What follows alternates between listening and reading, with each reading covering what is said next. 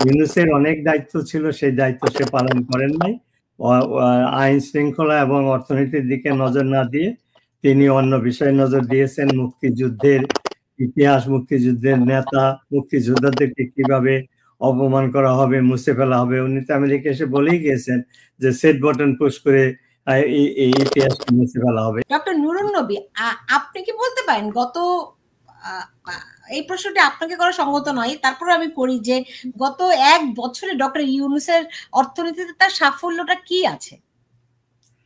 না, আসলে এটা কবির সাহেবও উল্লেখ করেছেন, আপনিও উল্লেখ করলেন। ইউনূস সাহেবের হাতে যখন দায়িত্ব দেওয়া হলো, একটা আধুনিক রাষ্ট্রে একটা রাষ্ট্রকে স্টেবল করতে দুটো জিনিস করতে হয়। একটা হলো ল অ্যান্ড অর্ডারের ইমপ্রুভমেন্ট বা স্ট্যাবিলিটি, আর হলো অর্থনীতি।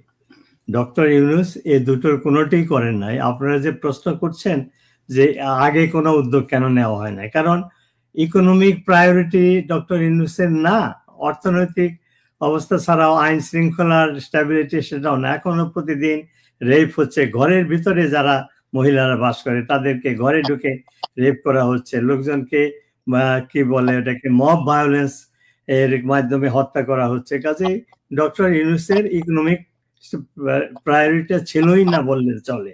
তা না হলে কবি সাহেব যেটা বলছেন আগেই তার উদ্যোগ নেওয়া উচিত ছিল। তো এখন বাংলাদেশের যে অবস্থা দাঁড়িয়েছে এটা খুবই খারাপ অবস্থা। ইউনূসের অনেক দায়িত্ব ছিল, সেই দায়িত্ব সে পালন করেন নাই। আইন শৃঙ্খলা এবং অর্থনীতির দিকে নজর না দিয়ে তিনি অন্য বিষয়ে নজর দিয়েছেন। মুক্তিযুদ্ধের ইতিহাস, মুক্তিযুদ্ধের নেতা, মুক্তিযোদ্ধাদেরকে কিভাবে অপমান করা হবে, মুছে ফেলা হবে। উনি তো আমেরিকা এসে বলেই গিয়েছেন যে সেট বাটন পুশ করে এই ইতিহাসকে মুছে ফেলা হবে। এইগুলোর দিকে উনি নজর দিয়েছেন, এখনো দিচ্ছেন, যার ফলে আমরা আজকে এই অবস্থায় দাঁড়িয়েছি। তো আমি মনে করি যে এই অবস্থা থেকে উত্তরণের একমাত্র উপায় হলো যে বাংলাদেশের জনগণের কে যারা রিপ্রেজেন্ট করবে একটা নির্ধারিত সরকার, সে যে দলেরই হোক না কেন, তারাই গত 50 বছরে যেমন বাংলাদেশের স্বার্থ রক্ষা করেছে বিভিন্ন সরকার, তারাই বাংলাদেশের স্বার্থ রক্ষা করতে পারবে। ডোনাল্ড ট্রাম্পের মতো লোককে ফেস করতে পারবে, অন্য কেউ পারবে না, ইউনূস তো পারবেই না। ধন্যবাদ। আমি জাস্ট একটা জিনিস অ্যাড করতে যাচ্ছি ডক্টর নুরুন নবী, মানে আমাদের এখন সমস্যাটা ইমিডিয়েট, তাই না? আপনি যে কথাগুলো বলেছেন ঠিকই আছে, লং টার্মে একটা ইলেক্টেড গভর্নমেন্ট, কিন্তু এখন আমাদের তো একটা ফসলা করতে হবে, কারণ এটা যদি ইফেক্ট চলে যায়, যে গভর্নমেন্টই নেক্সট ক্ষমতা আসুক তাকে তো এটার মানে পরিণতি ভোগ করতে হবে। বাংলাদেশের জনগণ এটাতে এফেক্টেড হবে। মানে আপনি যে কথা বলেছেন করিডোর থাকতে পারে, ব্যাকগ্রাউন্ডে নন ইকোনমিক ফ্যাক্টর থাকতে পারে, হয়তোবা এইটাও এই কারণে হয়তোবা ইয়াকে এই যে খলিলুর রহমান সাহেবকে আমেরিকা আনা হয়েছে, যে উনি নিরাপত্তা উপদেষ্টা প্লাস অর্থনীতিবিদ দুটো মিলে। কিন্তু আমার মনে হয় ক্যালকুলেশন রং করে ফেলেছে, অনেক দেরিতে করে এসেছে। এখন এই মুহূর্তে অনলি থিং, আমি ইমিডিয়েট প্রবলেমটা সলভ করার জন্য মোহাম্মদ ইউনূসকে আসতে হবে, মোহাম্মদ ইউনূসকে একটা দর কষাকষি করতে হবে।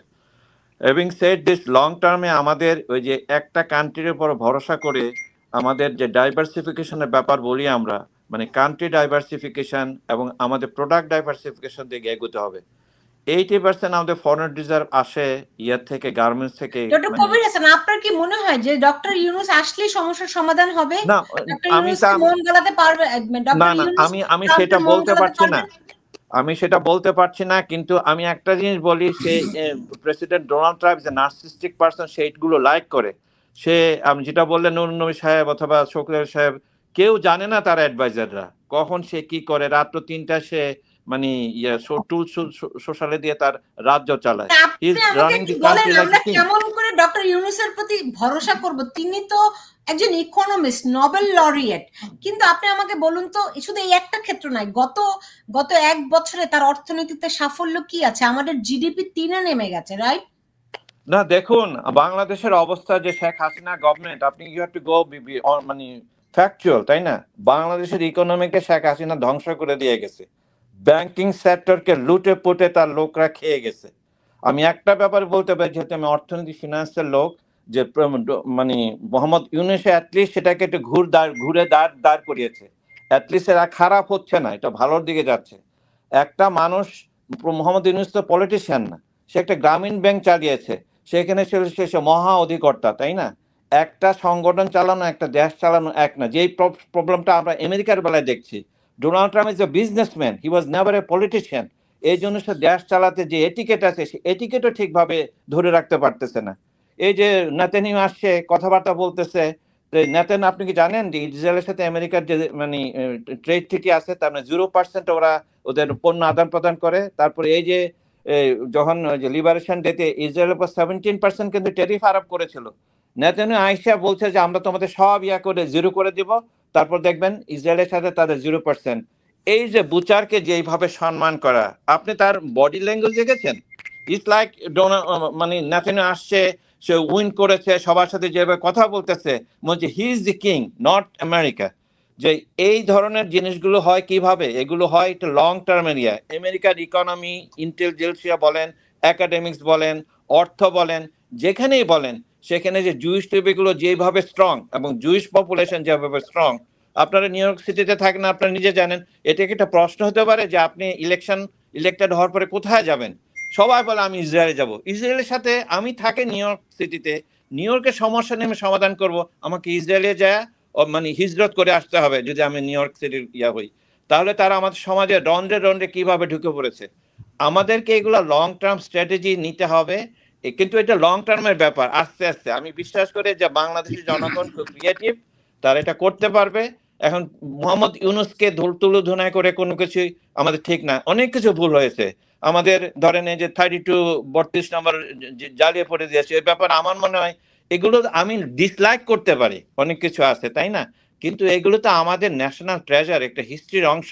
কেউ যদি মনে করে 32 ইজ ব্যাড, এটা থাকুক, থাকলে সে ঘৃণা করতে পারবে। এখন আপনি জ্বালিয়ে দিচ্ছেন এই ব্যাপারগুলো, এগুলো ভুল তো আছে, এগুলো না আমরা অনেক তর্ক করতে পারি, কিন্তু এই মুহূর্তে আমাদের তো দেশকে বাঁচাইতে হবে তাই না? আপনি কি বুঝতে পারছেন গার্মেন্টস যদি 10 করে, এমনিতে আমাদের অর্থনৈতিক অবস্থা ভালো না। এটা শুধু ইউনূসকে দোষ দিয়ে লাভ নেই, ইউনূস কিন্তু ইনহেরিট করেছে একটা ভেরি উইক ইকোনমি। এটা যদি আরো খারাপ হয় আমরা সবাই এফেক্টেড হব। আমি জানি আমাদের সবার যারা অডিয়েন্সের সবারই আত্মীয় স্বজন বাংলাদেশে আছে, তারা কষ্টে থাকবে, জীবনযাত্রার মান বেড়ে যাবে, ইয়াং জেনারেশনের চাকরি বাকরি হবে না, সামাজিক অস্থিরতা বাড়বে। এই জন্য আমি বলতেছিলাম যে প্রফেসর মোহাম্মদ ইউনূসকে আনলে এটা একটা লাস্ট হবে কি হবে জানি না, কিন্তু আমার বিশ্বাস যেহেতু সে নার্সিস্টিক লোক, সেটা লাইক করে একজন নোবেল লরেট এসে আমার কাছে ব্যাক করতেছে। মোহাম্মদ ইউনূস কাজ নিজের জন্য করবেন না, একটা কান্ট্রির জন্য করবেন, বাংলাদেশের জন্য করবেন। আমার মনে হয় এটা একটা কাজ হতে পারে।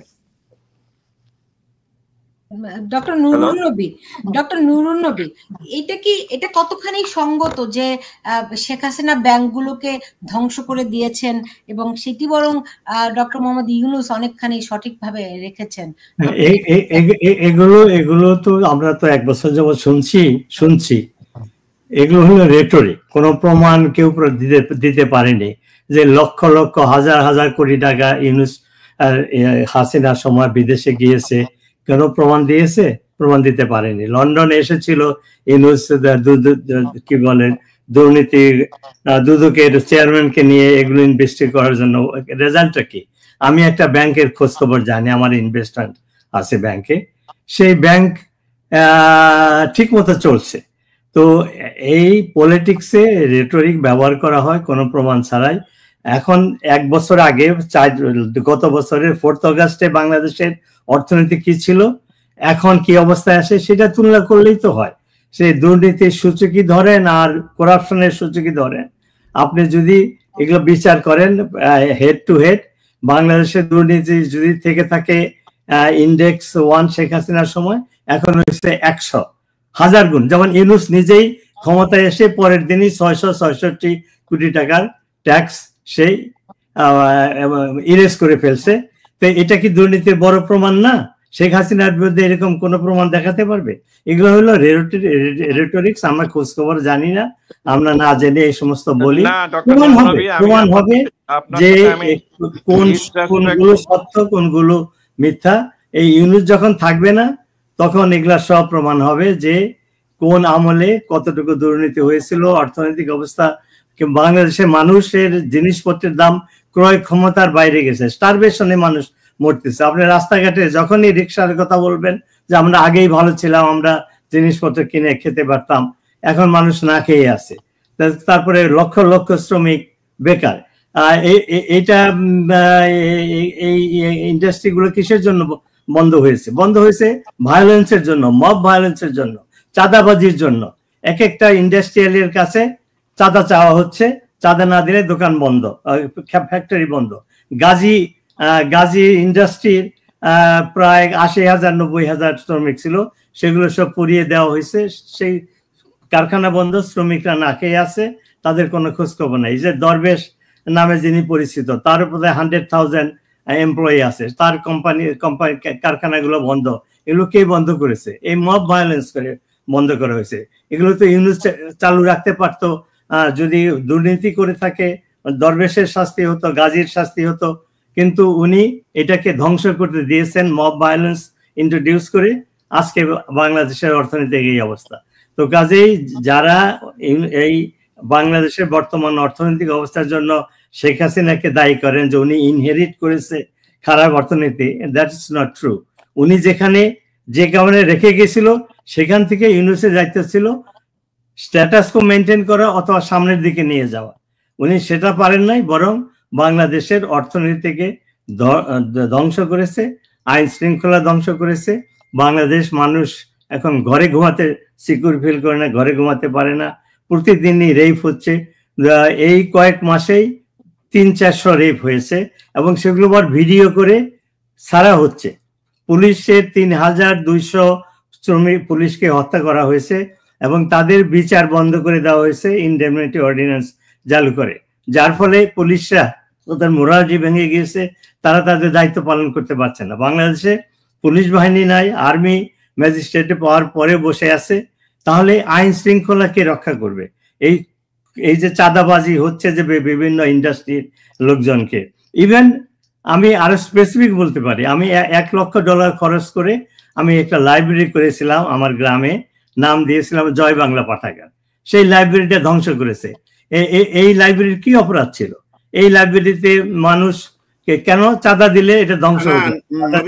নবী ভাই, আপনি যদি 15 বছরের ইতিহাস আপনি ভালোই জানেন, আমার থেকে ভালো জানেন, যে আমি সেই জন্য চ্যালেঞ্জ, আমাদের অনেক আপনারা ইকোনমিক্স চ্যালেঞ্জ করে যাচ্ছেন। গ্রামে, আমার অঞ্চলে, আমার আশেপাশে আওয়ামী লীগ যে পরিমাণ ক্ষতি করেছে জাতীয় স্বার্থকে, আপনি বলেন। আমি একটা কথা, আপনার উদাহরণ, যেহেতু আপনি আপনার লাইব্রেরির কথা বলছেন, আমি এবার 6 কোটি টাকার একটা সম্পদ দিয়ে প্রাথমিক বিদ্যালয় করেছি। আমার গ্রামে কোনো স্কুল ছিল না। হাসিনার আমলে আমি বলেছিলাম যে আপনি একটা প্রোগ্রাম ভালো করেছেন, সেটা আছে বিদ্যালয়হীন গ্রামে একটি বিদ্যালয়, জমি আমার, আপনি খালি করবেন। আমার রাজনৈতিক অর্থনৈতিক আমি জানি না কোন বিশ্লেষণ উনি আমাকে বঞ্চিত করেছেন। আমার গ্রামে আমি মেডিকেল সেন্টার একটা কমিউনিটি করেছে আমার আম্মার নামে, আমার জমিতে। সেটাকে যখন উনি বুঝলেন যে এটা ডক্টর শওকতের, তখন তিনি উদ্বোধন না করে, সুযোগ না দিয়ে কমপক্ষে 3 বছর আমার অঞ্চলের মানুষদের সেবা থেকে বঞ্চিত করেছেন। এবার যে আমরা সেগুলো উদ্বোধন করে যাচ্ছি, আপনি এই কথা আপনি বলতে পারবেন না। কিছু বলছি যে, তবে নবী ভাই, এখানে অর্থনীতির বিষয়ে কেন তিনি দেশ ছেড়ে চলে যাবেন? আপনি জবাব দেন তো। শেখ সাহেব গেছে, জিয়া রহমান গেছে, খালেদা জিয়া গেছে, কেন, কোন কারণে? উনি তো থেকে না, ডক্টর শওকত আলী উনি থাকলে ওনাকে পিটিয়ে হত্যা করা হতো, এটা আপনিও জানেন, আমিও জানি, সবাই জানি। আপনি শোনেন, উনি যদি থাকতেন ওনাকে পিটিয়ে হত্যা করা হতো। আসে তারা হত্যার কখনো ভয় করে না, ইনক্লুডিং ডোনাল্ড ট্রাম্পকে হত্যার অ্যাটেম্প নেওয়া হয়নি, থেকে বাদ দিয়েছে, ইলেকশন বাদ দিয়েছে। না, এখন আপনি যদি বলেন আপনি দলকে ছেড়ে চলে গেলেন, দেশকে ছেড়ে চলে গেলেন, আমি একটু উস্কানি দিচ্ছেন যে আমরা হুশ করে আসবো, টুস করে আসবো। একটা বছরে ইউনূস সাহেবের রাজনৈতিক সাফল্য কি আছে এটা নিয়ে আমরা কথা বলি। এখানে আপনি যে কথাটা বললেন নবী ভাই, ম্যাজিস্ট্রেসি পাওয়ারের কথা আমরা সবাই জানি। সেনাবাহিনী কি করে? ওয়াকারুজ্জামানের দায়িত্ব রয়েছে এগুলো। আপনি দেখেন, তাকে লোকে টেনে ছিঁড়ে খাচ্ছে ঢাকা শহরে। আপনার জেনারেল জাহাঙ্গীর সাহেব, লেফটেন্যান্ট জেনারেল জাহাঙ্গীর সাহেবের দায়িত্ব রয়েছে পুলিশ গঠন করা, সেখানে তার ব্যর্থতা আমরা দেখেছি। ওয়াকারুজ্জামানের হাতে ম্যাজিস্ট্রেসি পাওয়ার দেওয়া হয়েছে সমস্ত লেভেলে, তিনি চুপ করে মার খাচ্ছে তার আর্মি, আমি নিজের চোখে দেখে আসছি। তারপরও তিনি কোনো অ্যাকশন নেননি। ইউনূস সাহেবের একার দায়িত্ব এগুলো দেখা। এগুলো সম্মিলিতভাবে আমরা স্বৈরাচার চলে গেছে নবী ভাই, আমরা দেশকে গঠনের একটা সুন্দর সুযোগ কিন্তু আমরা সেই সুযোগের ব্যবহার করতে পারছি না। এই ব্যাপারে আপনার সাথে ওয়াকারুজ্জামান কোনো ব্যবস্থা নিচ্ছে না। এখন অনেকে আওয়ামী লীগের লোকেরা বলে যে ওয়াকারুজ্জামান ব্যবস্থা নিলে তো 5ই আগস্ট ঘটতোই না। আওয়ামী লীগের লোকেরা এটাই বলছে। না না, আপনি হাসিনা ক্ষমতা যদি ফিরে আসে, নাউজুবিল্লাহ, এটা হবে না, যদি আসে আগেই উনি যেটা ফাঁসি দেবে সেটা ওয়াকারুজ্জামানকে, এবং উনি ওনার জামাই, ওনার আত্মীয়। তবে তাকে আমরা একদিনের জন্য অ্যাপ্রিসিয়েট করি, ওই একটা দিন যেদিন ইচ্ছা করলে উনি হাজার হাজার মানুষ বানাতে পারেন না, উনি করেননি, এবং আমি কিন্তু দায়িত্ব কিন্তু আমাদের। আপনি দেখেন যারা বিরোধী পলিটিক্স করছে এখন, যারা আছে ইউনূস সাহেবের বাইরে যারা আছে, তাদের ভূমিকাটা দেখেন তো।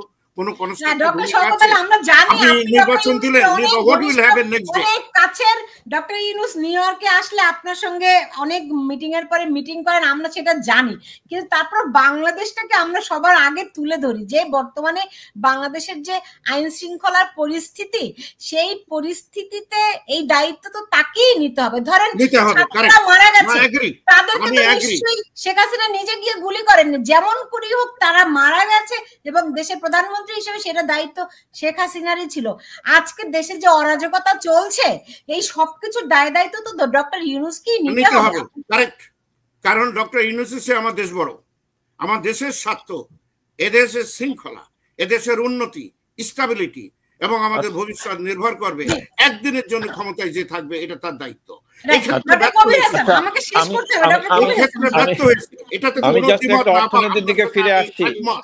কিন্তু এটাকে টিকিয়ে রাখতে হলে যে সবগুলো ইনগ্রিডিয়েন্ট, সেনাবাহিনী, পুলিশ, তাদের সবার যৌথ প্রয়াস থাকা উচিত।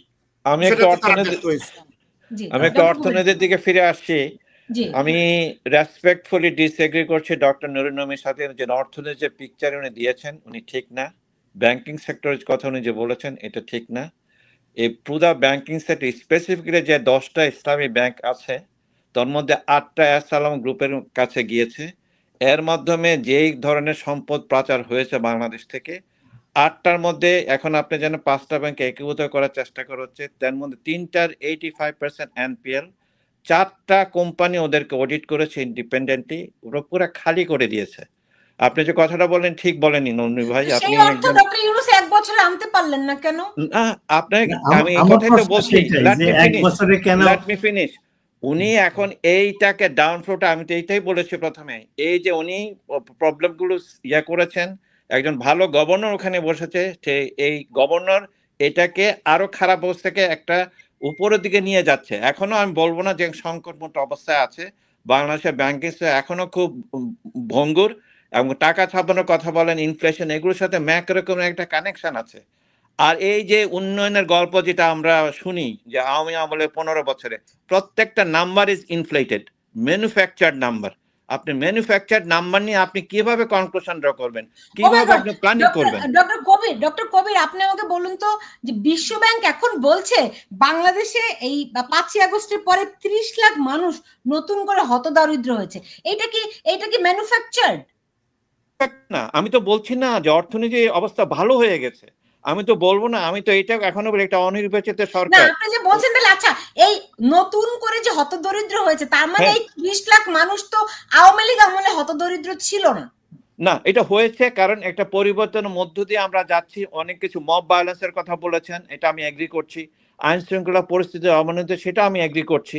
যেখানে পুলিশ বাহিনীর 40% এখনো পলায় আছে। অনেকে বলে যে পুলিশ বাহিনী তারা এত বেশি অত্যাচার করেছে অথবা গণহত্যার সাথে জড়িত ছিল, এই জন্য পলায় আছে। কিন্তু ওদেরকে কনফিডেন্সে নিয়ে যে ইনফ্রাস্ট্রাকচারটা ডেভেলপ করা ছিল, সেই জায়গায় ডেফিনেটলি গভর্নমেন্ট ব্যর্থ হয়েছে, কিন্তু সবকিছুই ব্যর্থ হয়েছে।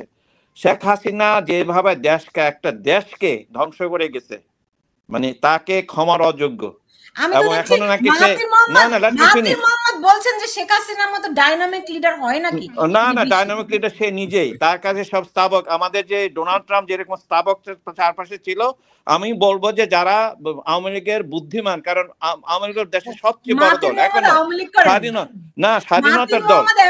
আওয়ামী লীগ করেন না, কে বলেন? মাহাতির মোহাম্মদ। না না, শুনেন আমি যে কথা বলতে চাচ্ছি, তিনি বলছেন, তিনি একটি সাক্ষাৎকারে আমি দেখলাম, তিনি বলছেন না না, এটা কথার কথা লিডার হয় নাকি না। Let me finish. আমি যেটা বলতেছি যে বাংলাদেশের স্বাধীনতার বড় দল আওয়ামী লীগ। আওয়ামী লীগ দেশটাকে সুন্দর করে গড়তে পারত, কিন্তু শেখ হাসিনা এসে এমন ভাবে সে নার্সিস্টিক, আমাদের ডোনাল্ড ট্রাম্প কি তার 10 টাইমস মোর, তার পিছনে আশেপাশে স্থাবকরা বসে থাকতো। নুরুন নবী ভাইদের মতো লোকদের তাকে বলা উচিত ছিল যে শেখ হাসিনা এটা রং করছো। আমি যা শুনি ভিতর থেকে যে তার সামনে কথা বলার লোক কেউ ছিল না। আওয়ামী লীগের মধ্যে থিঙ্কিং পার্টি আছে না, যারা আসলে দেশে মঙ্গল চায়, তারা আওয়ামী লীগও করে, তারাও কথা বলতে পারেনি। একসময় তার নিজের নিশ্চুপ হয়ে গেছে। সব স্থাপকরা চারদিকে আওয়ামী লীগে শেখ হাসিনার মাথাকে আরো বেশি ভারী করে দিয়েছে। সে সরাকে সে ধরাকে সরাজ্ঞান করা শুরু করেছে। এটা আওয়ামী লীগের জন্য ক্ষতি হয়েছে, শেখ হাসিনার জন্য দেশের জন্য ক্ষতি হয়েছে। সে কথাটা বলছি, দেশটা আমাদের, দেশটা আওয়ামী লীগের না, বিএনপির না। কবি সাহেব, আপনি সঠিক বলছেন না। শেখ হাসিনার 15 বছরে বাংলাদেশের যে অর্থনৈতিক উন্নতি হয়েছে, আপনি একজন অর্থনৈতিক বিদ হিসাবে কিভাবে সেটাকে আপনি না বলে থাকেন? চলে গেছেন নুরুন নবী ভাই, আমি অর্থনীতির কথা বলি না, আমি বলছি সবকিছু। আমি বলছি যে ব্যাংকিং সেক্টরের কথা বলছি। আপনি যেটা বলেছেন ব্যাংকিং সেক্টরের যে ক্ষতি করেছেন উনি, এবং এই গভর্নমেন্ট এসে এটাকে অ্যাটলিস্ট স্টপ করেছে। আমি অন্যদিকে যাইনি, ম্যাক্রো ইকোনমিক ভেরিয়েবল কথা কিন্তু আমি কিছুই বলিনি। এবং বাংলাদেশের অর্থনৈতিক অবস্থা ভালো সেটা আমি বলিনি। এটা একটা ট্রানজিশন গভর্নমেন্ট আছে। আমি অর্থনীতির একটা সাইড বলেছি, ব্যাংকিং সেক্টর। আপনি যে স্ট্র্যাটেজিগুলো রং নুরুন ভাই, গো ব্যাক। আমি তো বললাম, আমি তো সব ব্যাংকের খবর রাখি না আপনাদের মত। আমি যে ব্যাংকের খবর রাখি, আমি ম্যাক্রো সেক্টর পুরো ব্যাংকিং সেক্টর কথা বলছি। এবং বাংলাদেশ ব্যাংকের গভর্নরও সেটা বলেছে যে আমাদের যে ব্যাংকটা, আমি যেটা শেয়ার হোল্ডার, সেটা ভালো চলছে। আমি সেই কথা